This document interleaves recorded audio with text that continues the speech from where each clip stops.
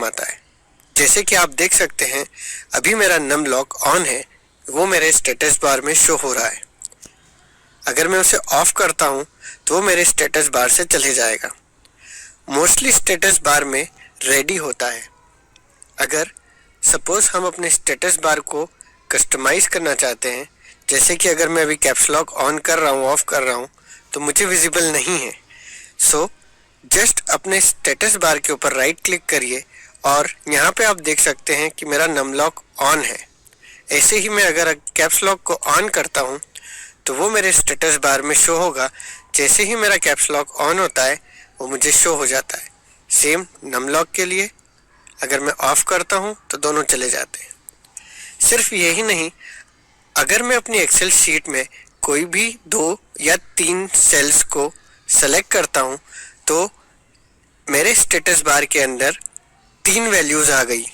Average, मैंने कितने sales को सेलेक्ट किया है उसका काउंट, और इन तीनों सेल्स का सम कितना है वो भी इसमें आ गया। यानी कि बिना किसी फॉर्मूला लगाए मैं काउंट, सम और एवरेज को यहाँ पर देख सकता हूँ। सपोज मुझे ये जानना है कि इन तीनों में मैक्सिमम और मिनिमम वैल्यू क्या है, तो अपने स्टेटस बार में राइट क्लिक करेंगे तो मिनिमम और मैक्सिमम को जैसे ही मैं एक्टिवेट करूँगा मुझे इन तीनों की मिनिमम और मैक्सिमम वैल्यू भी मिल जाएगी। सिमिलरली अगर मुझे मई से अगस्त तक का सेल्स देखना था तो मैं सिर्फ मई से अगस्त तक के सेल्स वाले सेल्स को हाईलाइट करूँगा। हाईलाइट करने के लिए माउस में लेफ्ट क्लिक बटन को क्लिक करेंगे और उसको ड्रैग करते हुए अगस्त तक लेके जाएंगे। तो अगर मैंने 4 सेल्स को सिलेक्ट किया है तो मेरा काउंट आ गया 4, इसका एवरेज है 150 और उसकी मिनिमम वैल्यू है 120 और मैक्सिमम वैल्यू है 200 और सम आ गया 600।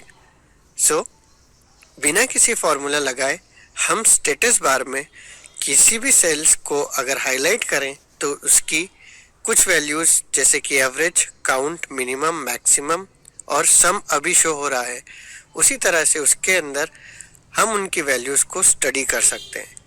अगर मैं किसी पर्टिकुलर कॉलम को हाईलाइट करता हूँ तो मुझे उस कॉलम के अंदर जितनी भी वैल्यूज़ हैं वो और उसका एवरेज और उसका सम सब कुछ प्रिंट होगा स्टेटस बार के अंदर।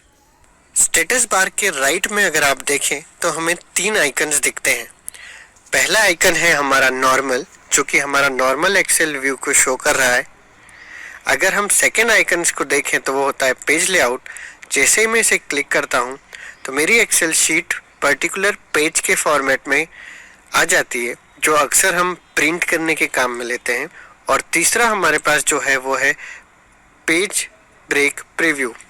ये पेज ब्रेक प्रीव्यू हमारी एक्सेल शीट को किस तरह से प्रिंट करना है, कितना सेक्शन प्रिंट से बाहर निकल जाएगा और कितना सेल हमारे प्रिंट में आएगा, वो सब पेज ब्रेक प्रीव्यू से दिखता है। फिलहाल के लिए हम वापस अपने नॉर्मल व्यू पे चले जाते हैं। इन आइकन्स के जस्ट राइट में अगर आप देखें तो हमें जूम बार दिखता है। ये जूम बार को अगर मैं ड्रैग करूं तो मेरी एक्सेल शीट बड़ी हो जाती है। कभी कभी हमको जब डाटा पे फोकस